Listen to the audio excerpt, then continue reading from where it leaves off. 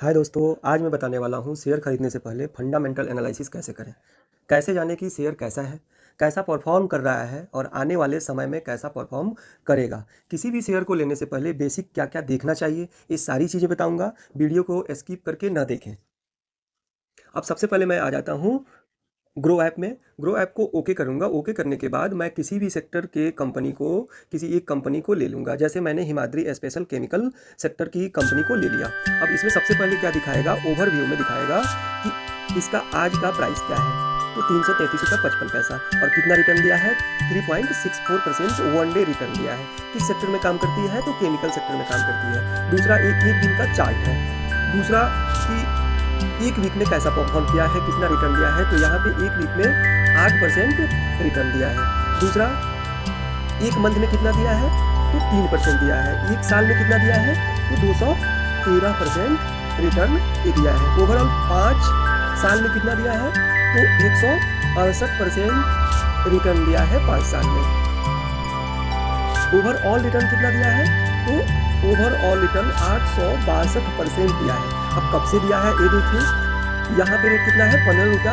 कब था, 11 सितंबर 2015 को 16 रुपया 40 पैसा था। और अभी आज के डेट में कितना है, 333 रुपया। तो ये ओवरऑल परफॉर्म कितना हो गया, 862% हो गया।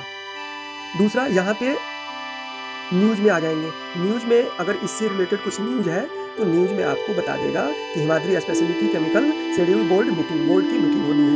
इवेंट क्या क्या है, इवेंट के बारे में बता देगा कि आपको ओवरऑल बताएगी कि बोनस राइट और स्प्लिट हो रहा है कि नहीं हो रहा है, कंपनी डिविडेंड दे रही कि नहीं दे रही है, बोनस दे रही है कि नहीं दे रही है, कुछ अनाउंस तो नहीं की है। ये सारे क्या आ जाएंगे, इवेंट में आ जाएंगे। उसके बाद से फिर दोबारा आ जाएंगे ओवरव्यू में। ओवरव्यू में आने के बाद इसमें परफॉर्मेंस लिखा है, परफॉर्मेंस। तो परफॉर्मेंस में क्या करेंगे, देखेंगे कि टुडे लो कितना बनाया था, तो 310 रुपये का बनाया था। और हाई कितना बनाया था, 337 रुपये का बनाया था। अब 52 वीक लो, एक साल का मिनिमम लो कितना था, 97 रुपीज़ का था। और हाई कितना गया है, 398 रुपये का। अभी कितना मिल रहा है, 300। ओपन कितना पे हुआ था और क्लोज कितने पे हुआ था, तो ओपन हुआ था 320 रुपये पे और प्रीवियस क्लोज कितना हुआ था, 321 रुपया पे। वॉल्यूम कितना है, यहाँ 14,53,688। ठीक है, इतने वॉल्यूम्स हैं। अब आते हैं, यहाँ पे आता है आपका लोअर सर्किट। तो लोअर सर्किट का मतलब होता है कि बेचने वाले सारे हैं लेकिन खरीदने वाला कोई नहीं है, तो बिकेगा कैसे। लेकिन यहाँ पे आप खरीद तो सकते हैं लेकिन बेचना मुश्किल हो जाता है। और अपर सर्किट का मतलब होता है कि इस रेट पे कोई बेचने वाला ही नहीं है, इसलिए कि उसको लगता है कि इससे भी ज़्यादा रेट बढ़ेगा। तो वहाँ पे क्या आ जाता है, आप आसानी से बेच तो सकते हैं लेकिन आसानी से खरीद नहीं सकते, क्योंकि वहाँ पे कोई बेचने वाला ही नहीं है कि हम खरीद सकें। क्योंकि बेचने वाले इसलिए नहीं बेच पाते क्योंकि उनको लगता है कि यहाँ से रेट बढ़ सकता है। अब आता है कि फंडामेंटल एनालिसिस करते हैं कि इसका मार्केट कैप कितना है। 16,445 करोड़ का इसका मार्केट कैप है। रिटर्न ऑन इक्विटी मैंने रिटर्न एक कितना दिया है, तो 12.19 एक साल का ये रिटर्न दिया है। एक शेयर के हिसाब से एक रिटर्न दिया है। अब इसमें मानते हैं कि मिनिमम 15% का रिटर्न होना ही चाहिए, 15 से ऊपर ही होना चाहिए, कम नहीं होना चाहिए। क्योंकि अगर बैंक 6% दे रहा है तो शेयर में हम 12% और 13% कमा के क्या करेंगे। अब आता है P, price to earn ratio. मतलब ये 44 जो दिखा रहा है, ये 44 क्या होता है, ये थोड़ा ज़्यादा होता है। क्योंकि प्राइस टू अर्न रेशियो ये होता है कि आपको ये जो कंपनी 1 रुपया कमाने के लिए कितने पैसे खर्च कर रही है। ठीक है, उसके बाद से आता है ईपीएस, मतलब अर्निंग पर शेयर। ठीक है, कि अर्निंग पर शेयर क्या है, पीबी रेशियो। उसके बाद से डिविडेंड, ये डिविडेंड कितना देती है, तो डिविडेंड आपको 0.07 ना के बराबर डिविडेंड देती है। डिविडेंड का मतलब होता है लाभांश। कंपनी को जब प्रॉफिट होती है तो वो अपने शेयर होल्डर को कुछ लाभांश देती है, जैसे 4 रुपया, 5 रुपया, 10 रुपया पर शेयर। कोई 20 रुपया भी देता है, कोई 3 रुपया भी देता है, लेकिन वो पर शेयर के हिसाब से आपके पास अगर 50 शेयर होल्ड है, अगर वो 10 रुपया दे देगी तो 500 रुपया आपके अकाउंट में सीधे आ जाता है। अब आता है इंडस्ट्री पी, कि इंडस्ट्री सारे इंडस्ट्रियों के मुकाबले इस इंडस्ट्री का पी रेशियो क्या है, प्राइस टू अर्न रेशियो क्या है। मतलब वही चीज़ कि ये खर्चा कितना कर रही है 1 रुपया कमाने के लिए। उसके बाद से बुक वैल्यू। बुक वैल्यू होता है कि सारे लायबिलिटीज अगर हटा दिए जाएं तो इसका शेयर का रेट क्या हो जाएगा, 59 रुपया ही रह पाएगा। क्योंकि ये बहुत लायबिलिटीज भी ली होंगी, बहुत से कर्ज लिए होंगे, तो इसलिए अगर सारे लायबिलिटीज को हटा दिया जाए तो बुक वैल्यू मतलब कि इस शेयर को अगर बेचा जाए, सारा चीज़ अगर कर्ज मुक्त कर दिया जाए, सब लायबिलिटीज हटा दिया जाए, तो 59 रुपये का शेयर ये वैल्यू रखता है। अब डेब्ट टू इक्विटी मतलब कि इस पे कर्ज किस रेशियो से है। यहाँ पे डेब्ट टू इक्विटी क्या होता है, एक से कम होना चाहिए। अब कर लेते हैं फाइनेंशियली एनालिसिस की रेवेन्यू क्या है। रेवेन्यू एक क्वार्टरली क्या होता है, क्वार्टरली ग्रोथ कर रहा है कि नहीं कर रहा है, आपका ईयरली कितना ग्रोथ कर रहा है। जैसे 2019 से लेके 20 में कोविड जब आ गया तो कोविड में क्या हुआ गया कि रेवेन्यू इसका घट गया। 21 में क्या हुआ, कोविड का ही प्रभाव रहा तो 21 में रेवेन्यू इसका घटा था, फिर 22 और 23 में बढ़ने लगा। तो इसका एक असर देखिए कि जब रेवेन्यू घटा था तो आप यहाँ देखेंगे आगे ऊपर आके कि ये 5 साल में जब यहाँ पे आएंगे तो देखिए 20 और 21 में क्या था, ये 56 और 57 रुपये का था, 45 रुपये का था ना, लेकिन ये ऊपर कितने का था, 99 रुपीज़ का था 19 में। लेकिन जैसे ही रेवेन्यू घटने लगा, प्राइस भी घटने लगा था। तो मतलब कि प्राइस जब घटने लगता है तो रेवेन्यू भी घटने लगता है। और इसका परफॉर्मेंस जब आगे आया तो देखिए 2024 में कितना आ गया, 333 रुपये का आ गया।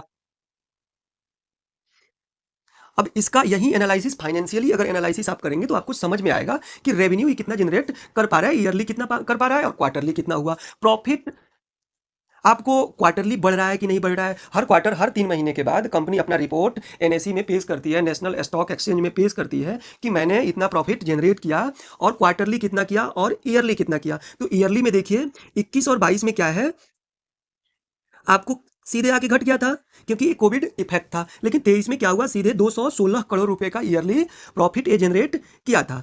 लेकिन वहीं अगर क्वार्टरली देखा जाए तो क्वार्टरली भी तो ग्रोथ करना चाहिए। तो क्वार्टरली ग्रोथ करते समय देखिए आपको ये दिसंबर 2022 का ग्रोथ देखिए, उसके बाद से मार्च 23 में 76 करोड़ का था, जून 23 में 86 करोड़ का, सितंबर 2023 में कितना था, 101 करोड़ का, और दिसंबर का क्वार्टरली रिजल्ट क्या था, 109 करोड़ का, और मार्च में और अप्रैल में इसका क्वार्टरली रिजल्ट आने वाला है। तो इससे समझ सकते हैं कि जो कंपनी है ये लगातार प्रॉफिट जनरेट कर रही है और लगातार इसका प्रॉफिट बढ़ रहा है। अब आते हैं कि नेट वर्थ कितना है।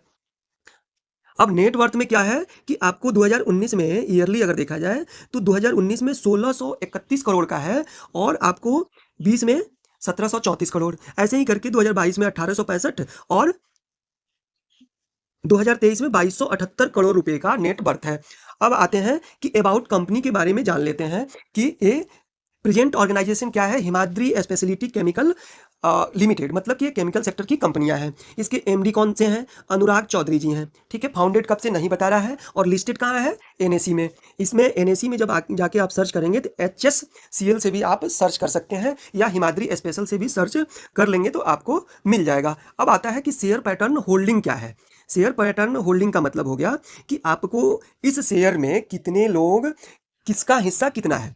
प्रोमोटर का अर्थ होता है कि मालिक। ठीक है, कि प्रोमोटर कितने हैं, जो शेयर के मालिक हैं वो कितने परसेंट हैं। मतलब कि इसका मानते हैं कि 50 और 70 के बीच में होना ही चाहिए।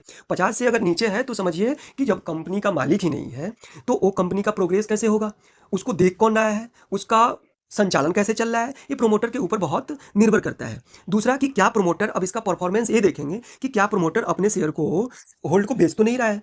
कंपनी में रिटेलर कितने हैं, प्रोमोटर कितने हैं और किसका हिस्सेदारी कितना है। रिटेलर मतलब कि हम लोग जो शेयर खरीदते हैं, जो आम जनता हो गई। प्रोमोटर का मतलब हो गया कि मालिक, ये कंपनी के जो मालिक हैं वो कितने परसेंट हैं। फॉरेन इंस्टीट्यूशन मतलब कि विदेश से जो फॉरेन इंस्टीट्यूशन है, जो विदेशी शेयर होल्डर्स हैं वो कितने परसेंट इसमें होल्ड कर रखे हैं। म्यूचुअल फंड की सारी कंपनियां जो एक से एक एनालिसिस करते हैं, फंड मैनेजर बैठे हुए हैं, वो लोग कितना इसमें शेयर होल्ड कर रखा है, कितना परसेंट कर रखा है। उसके बाद अदर डोमेस्टिक इंस्टीट्यूशन कितने हैं, कितने परसेंट है। अब सबसे पहले रिटेलर कहा जाता है कि हम लोगों की हिस्सेदारी कितनी है। तो यहाँ पे देखिए प्रोमोटर से ज़्यादा हम लोग हैं। तो यहाँ पे शेयर तो क्या है, परफॉर्म तो कर रहा है, लेकिन प्रोमोटर जिस सेक्टर में ज़्यादा होते हैं, जिस कंपनी में ज़्यादा होते हैं, उसका ऐसा माना जाता है कि संचालन भी अच्छा होता होगा, फ्यूचर के लिए वो प्लानिंग भी अच्छा करता होगा। तो यहाँ पे सितंबर में क्या है, अगर केवल रिटेलर और प्रोमोटर का देखा जाए तो सितंबर में रिटेलर है 49% और प्रोमोटर है 44%। दिसंबर में क्या है कि दिसंबर में रिटेलर उतना ही रहा, कोई चेंजेस नहीं है रिटेलर और प्रोमोटर में। लेकिन जनवरी में प्रोमोटर क्या हुआ, प्रोमोटर इसमें बढ़ गया और रिटेलर प्रॉफिट बुक करके निकल गया। हो सकता है उसको लगा होगा कि मुझे प्रॉफिट बुक कर लेना चाहिए, क्योंकि आपको दिखाए थे ये किसी समय पे 45 रुपये हुआ करता था, जिसको 45 रुपये का अगर वो 350 रुपया बना लिया तो वो तो प्रॉफिट बुक करेगा। तो रिटेलर क्या हो जाएगा, कम हो गया। अब आता है फरवरी 2024 में, आपको देखिए प्रोमोटर क्या हो गया, बढ़ने लगा। मतलब कि मालिक को लगने लगा कि कंपनी में अच्छे फ्यूचर हो सकते हैं, अच्छे आपको मौके तलाश हो सकते हैं। तो वो क्या किया कि प्रोमोटर बढ़ने लगे और रिटेलर थोड़े-से प्रॉफ़िट बुक करने लगे। और मार्च 24 में आते हैं, मार्च 24 लास्ट में क्या है कि प्रोमोटर 50.29% रह गए और रिटेलर क्या हो गया 42% रह गए। मतलब कि रिटेलर धीरे-धीरे प्रॉफ़िट इसमें बुक करने लगे और प्रोमोटर जो है, कंपनी के जो मालिक हैं, जो होलसेल हैं, वो क्या करें कि रिटेलर से खरीदने लगे। मतलब कि आज भी इसमें थोड़ा-सा ग्रोथ और दिख सकता है और कंपनी इस सेक्टर में आगे काम अच्छा कर सकती है। लेकिन यहाँ पे क्या है, फॉरेन इंस्टीट्यूशन सेम रहा है। तो इसको आप देख सकते हैं ईयरली और क्वार्टरली आप कैसे-कैसे परफॉर्म कितने किसका शेयर होल्डर पैटर्न है। अब आता है कि कौन-सी म्यूचुअल फंड की कंपनियाँ कितना परसेंट इसमें ले रखी हैं। जैसे क्वांट स्मॉल कैप फंड जो है वो 0.49% उसका इसमें पूँजी है, ठीक है। क्वांट का ईएलएसएस जो टैक्स सेविंग फंड है वो 0.42% इस शेयर को होल्ड कर रखा है। मोतीलाल ओसवाल जो है वो क्या है कि 0.04% होल्ड कर रखा है। अब सिमिलर स्टॉक भी होती हैं कि केमिकल सेक्टर की क्या और भी कंपनियां हैं, तो ये भी आप नाम पढ़ सकते हैं कि पीडीलाइट इंडस्ट्रीज, एसआरएफ और अतुल है, आरती इंडस्ट्रीज है।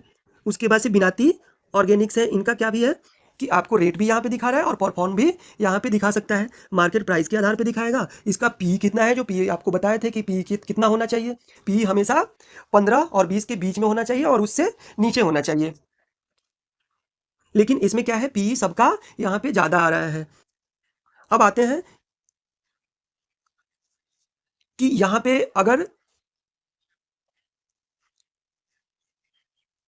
अब आते हैं इतना देखने के बाद अगर आपको शेयर अगर पसंद पड़ा तो सबसे पहले क्या करेंगे, बाई में क्लिक करेंगे। बाई को यहाँ पे हमने लेना है क्या, 50 शेयर। अब एक चीज़ बताते हैं कि आपको यहाँ पे जो दिखा रहा है कि डिलीवरी और इंट्राडे। डिलीवरी कर सकते हैं, एक दिन में भी आप बेच सकते हैं और आपको प्रॉफिट हो रहा है तो 2 दिन में बेचिए, 2 महीना में बेचिए, 2 साल बेचिए और 5 साल भी रखिए। आपके प्रॉफिट के ऊपर और आपको कितना प्रॉफिट चाहिए उस हिसाब से आप अपने पैसे के हिसाब से आप प्रॉफिट बुक कर सकते हैं। लेकिन यहाँ पे जो इंट्राडे का ऑप्शन आता है, इंट्राडे के ऑप्शन में क्या होता है, एक बाध्यता होता है कि जब मार्केट ओपन रहेगा, अगर इसमें ओपन कर देंगे तो आपको क्या होगा कि आपको लीवरेज मिल जाएगा। अगर ये 340 रुपए का है तो ये शेयर आपको कम से कम 60 से 70 रुपया में मिलेगा। लेकिन आपको सुबह से लेके शाम तक 9:15 से लेके 3:15 के बीच में आपको बेचना ही पड़ेगा, चाहे आपका शेयर लॉस में हो या प्रॉफिट में हो। तो ये थोड़ा सा रिस्की होता है। नॉलेज नहीं होने पर इसमें घाटे में आदमी जा सकता है। लेकिन आप धीरे धीरे जब आप चलेंगे तो आपको इंट्राडे के बारे में भी बता देंगे। लेकिन अभी इंट्राडे नहीं करना है जब तक आपको नॉलेज नहीं है। उससे पहले आपको क्या कर लेना है, आप थोड़े से अमाउंट से आप अपने शेयर को एनालिसिस करें और एनालिसिस करने के बाद डिलीवरी में कुछ कुछ शेयर जैसे 10,000, 5,000, 20,000 का शेयर लें और आप वेट करें 1 महीना 2 महीने का कि मेरा 1 महीना 2 महीना में कितना परफॉर्म कर रहा है और मेरा एनालिसिस कैसे रहा। अब अगर डिलीवरी में आपको लेना है तो मैंने 50 शेयर यहाँ पे, अब यहाँ पे क्या आता है कि एनएसई और बीएसई, एनएसई में लेना चाहते हैं या बीएसई में लेना चाहते हैं। एनएसई में अगर लेना चाहते हैं तो एनएसई में क्लिक कर देना है। यदि आप बीएसई में लेना चाहते हैं तो बीएसई पर क्लिक कर देना है। आपको प्राइस लिमिट का है, मतलब कि प्राइस लिमिट में जाना है कि कितने पैसे पर मैं लेना चाहता हूँ, इस हिसाब से ले सकते हैं। या आपको मार्केट रेट पे अगर लेना चाहते हैं तो मार्केट रेट पे भी आप ले सकते हैं। जैसे मैंने यहाँ पे 50 आपको सेलेक्ट कर लिया, लेकिन मेरे पास पैसे खरीदने के कितने हैं, मात्र 4 क्वांटिटी खरीदने के पैसे हैं। मतलब मैं 4 ही शेयर इसमें खरीद सकता हूँ। तो आपको ऐड मनी यहाँ पे करना होगा। धन्यवाद।